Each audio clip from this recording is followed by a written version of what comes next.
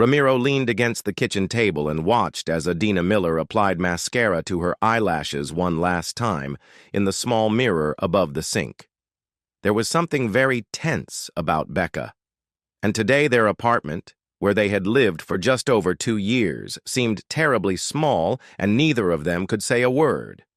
Ramiro, 31, was a graphic designer with a steady hand and a dreamy heart, while Adina, 29, worked in marketing and brought a dynamic energy to any room she entered.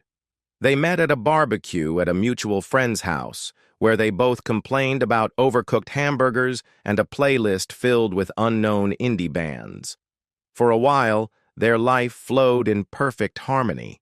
Weekend hikes, late-night conversations about their dreams, and quiet evenings with takeout and vinyl records.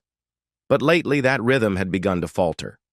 Ramiro noticed that Adina had been distancing herself from him over the past few months. She even canceled their plans to visit friends from work. Her phone vibrated with messages that she laughed at but didn't show him.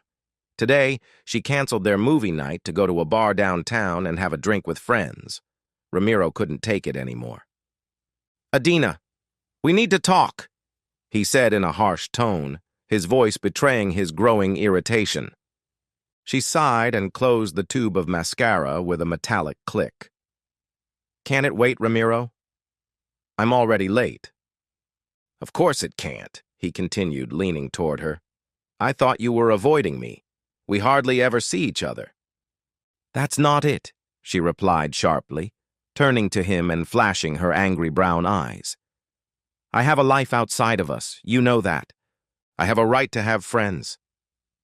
"But they can't," said Ramiro, running his hand through his hair. "But it seems like everything is you. You make all the decisions long before I do. Where's my place?" She crossed her arms mechanically. "Maybe I just need some space, okay? You're always following me around, wanting to know where I'm going, who I'm with. It's exhausting." Her words hurt him more than he would have believed. "I'm not clingy," he continued, a little louder. "I just want to know that we're still a team. I love you, Adina. I thought we were going somewhere. Not just living together, but maybe something more.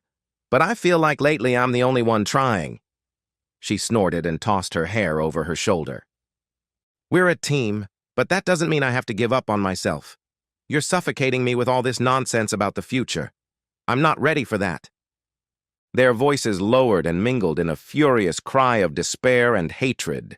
Ramiro's chest tightened at her categorical refusal to submit to him, but Adina practically exploded. "Do you believe that I can't be happy without you?" she shouted, spitting out the words like laser beams. "Damn it, there are so many men who want me, Ramiro. Maybe I should just choose one of them?" Time seemed to stand still. He looked up and saw her, the woman he had dreamed of spending his whole life with, and he was pierced with pain. "Many men want me." Her words continued to echo in his head, each word like a knife stabbing him in the stomach. "What did you just say?" he whispered, hardly believing his ears.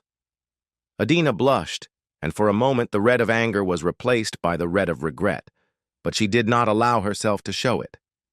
"I told you, there are so many men who want me. If you're so unhappy, maybe we shouldn't do this." "Is that what you want?" "Who is it?" Ramiro wanted to know, his heart beating so hard he could hear it pounding in his chest. "To be with someone else?" "Maybe," she replied, but it sounded like weak, uncertain bravado. Ramiro took a deep breath, and the air around him grew thick with her words. He felt humiliated, abandoned, a toy she had outgrown. But Imani had ignited something in him that was greater than pain. "If you really believe that," he said, his voice hard as metal, "then go to them. Here's what I'll tell you. I'm not going to get down on my knees and beg you to stay with me when you think you have a whole line of guys and I'm not quite sure what's next." "Ramiro, please." And then Adina called the justice room when she finally realized what she had done to herself. But he was already leaving, taking his coat off the hook by the door. "No, you made yourself clear. There are plenty of men who like you, aren't there? So let them have you. I'm done with you." The door slammed behind him, its echo reverberating facelessly through the empty hallway as he ran out into the night, leaving Adina standing there, choking on her tears. The fresh October air washed over Ramiro as he stepped outside, the soles of his boots crunching on the carpet of dead leaves covering the sidewalk. A storm of anger, grief, and distrust raged in his head, all mixed together in a wild burst of rage. "How could she say that?" he muttered, shoving his hands deep into his coat pockets. "Was she serious? Was I just a substitute for her until someone better came along?" He spent the next day wandering around town until he ended up in Riverside Park, where they sometimes had picnics on sunny summer days. The benches were empty, and the trees stood black against the pale sky. He sat down on a bench, his breath steaming in the cold air, and tears welled up in his eyes. His face burned, and he felt it grow heavy with tears as he heard her words again. "Many men love me." Not the consequences as he believed, but the way she had thrown it in his face, like a weapon aimed straight at his heart. Ramiro's phone rang, hitting his thigh. Adina's name was on the screen, but he turned it off and threw it on the bench next to him. He didn't want to see her right now, maybe never. He had been watching her for 3 days, and the love he felt for her was slipping through his fingers like sand, and for the first time he wondered if he had been a fool to trust her. Night was falling, and he was as determined as fate itself. He would not humiliate himself. He hadn't come here to pursue a girl who had rejected him so easily. He wiped his face from his hairline to his chin with his shirt sleeve and stood up, feeling his decision solidify in his chest.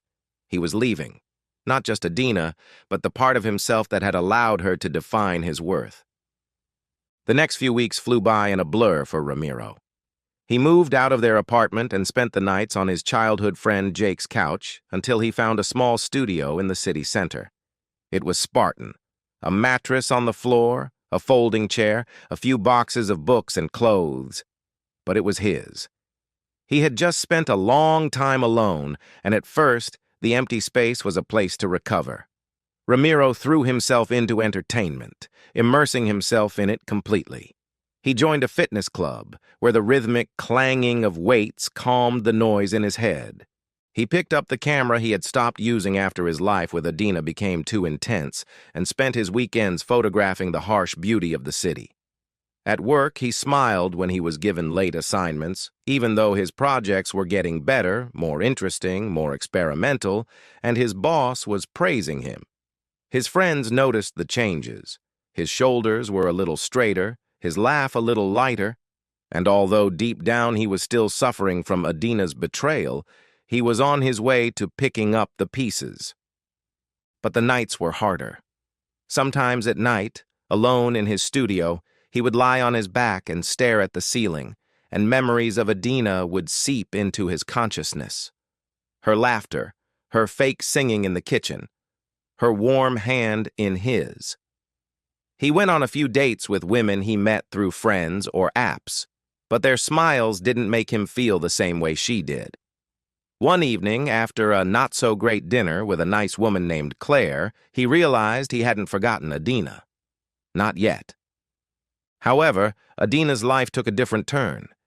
At first, she was thrilled that nothing was holding her back. She convinced herself that Ramiro was just being dramatic and that he would beg her to come back in a few months. She threw herself back into her circle of friends, flirted, and enjoyed the attention she said she was getting at school. The week after the breakup, Mark, a charming analyst who always lingered at her desk a little longer than he should have, asked her out on a date. Yes, she agreed. And she didn't want Ramiro, no sir.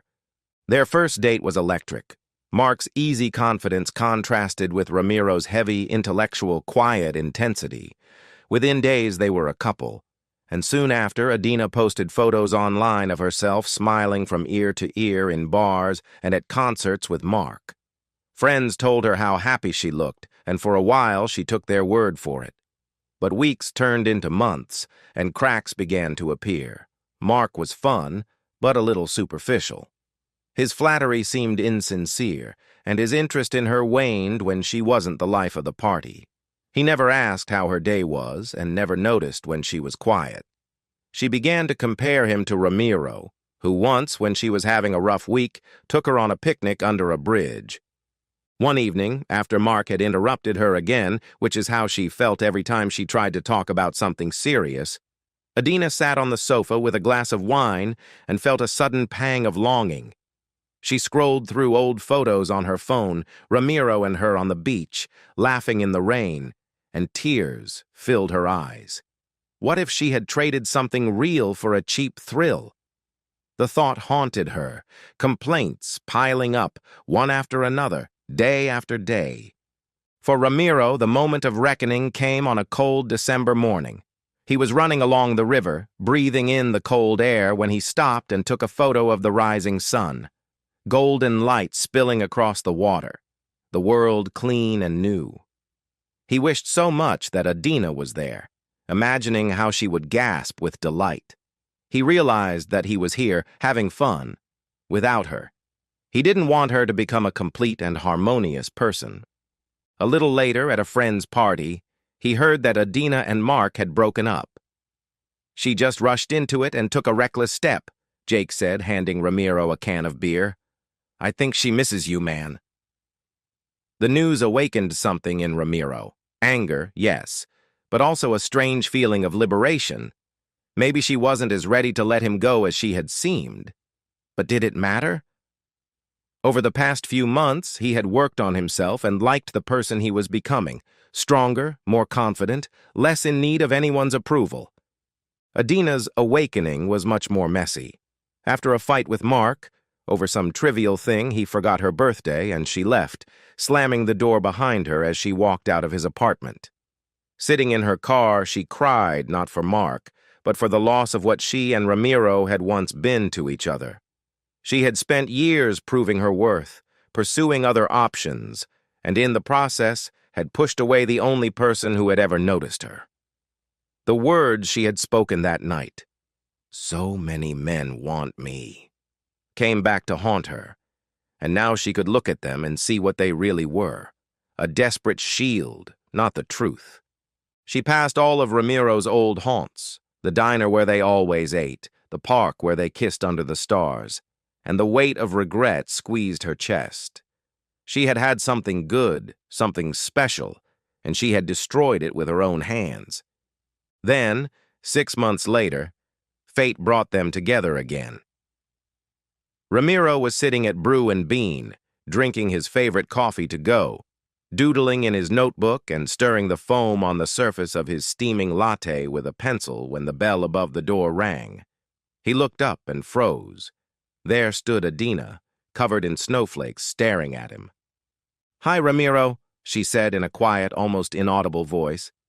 "Hello, Adina," he replied, his heart beating as fast as ever, hidden behind his calm exterior. She was the same, and yet not quite. Not in the sense that she had left him, but in the sense that her life had become less vibrant because of something he couldn't explain. "Can I sit down?" she asked, pointing to the chair opposite him. "Of course," he replied, closing his notebook. They chatted about work, the weather, mutual friends, until Adina, who had begun to speak so quickly that her hands trembled around her coffee cup, gave away her secret. "Ramiro, I've wanted to tell you this for so long. I'm ashamed that I said what I said that night, and I didn't say it, and it was cruel and unfair. I was afraid that things would get serious between us, afraid of losing you, but in the end I lost you, and I've regretted it ever since." Ramiro looked at her, and the seriousness of her voice struck him. "I appreciate that, Adina. It hurt me more than I can express. I felt like I wasn't important to you, like I was nothing to you." "You would have been fine," she said slowly, her voice trembling. "You were important to me, and I was a fool. I dated a few guys, mostly Mark, but it only helped me realize how much I didn't appreciate you. No one knows me like you do." He leaned back in his chair and thought for a moment. Part of him wanted to climb over the table, hug her, and erase the last 6 months. but he was too big to jump in blindly. "I missed you too," he admitted in his deliciously deep voice. "But I've changed, Adina. I've had to learn to live without you. I'm not the same guy who left you." "Me neither," she said, leaning toward him. "I know what I want, and it's you. I want to earn it, to be better, for us." Ramiro's eyes softened. He didn't move. "If we're going to do this, we have to do it differently. No games, no taunting our rivals. We'll talk, listen to each other, love each other. I can't live as if he's my only option." With tears in her eyes, Adina nodded. "I promise, Ramiro, I can't lose you again. Can we try? Slow down? Start over, maybe?" He looked at her, the woman who had broken his heart, but still held a piece of that broken heart inside her. A smile flashed across his lips, full of thought and hope. "Yes, we can try. Slowly." The first thing she wanted to do was take his hand, and he let her touch his fingers, and their touch was as delicate as a fragile leaf. Snow was falling, and there, behind its silence, lay a new possibility. They had hurt each other, learned from that pain, and now they were balancing on the edge of something better, if only they could do it together.